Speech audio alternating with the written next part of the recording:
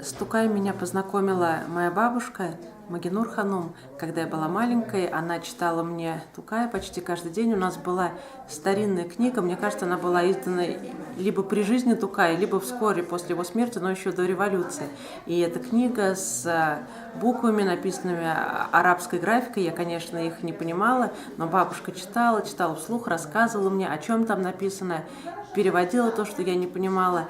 И вот эта певучая речь, эти напевы, бабочка, я представляла себя этой бабочкой, о которой шла речь. Мне казалось, какая она. Бабушка пела на свой мотив. Мне кажется, она вряд ли знала музыку каких-то композиторов, но это очень красиво звучало, и я навсегда запомнила эти слова. И всякий раз я вспоминаю в первую очередь бабушку, когда слышу эти стихи. Бабушки уже давно нет, но она открыла для меня Тукая еще в моем раннем детстве. И впоследствии я очень много думала о судьбе Тукая, о том, что он ушел из жизни в неполные 27 лет. Это очень мало.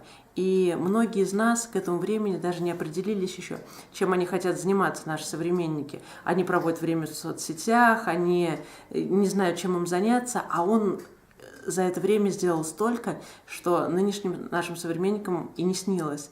И, конечно же, на него нужно равняться, нужно брать с него пример, нужно знать, что были вот такие образцы. Не бездельничать, не думать, что у нас еще впереди, мы еще все успеем. Нужно равняться на него.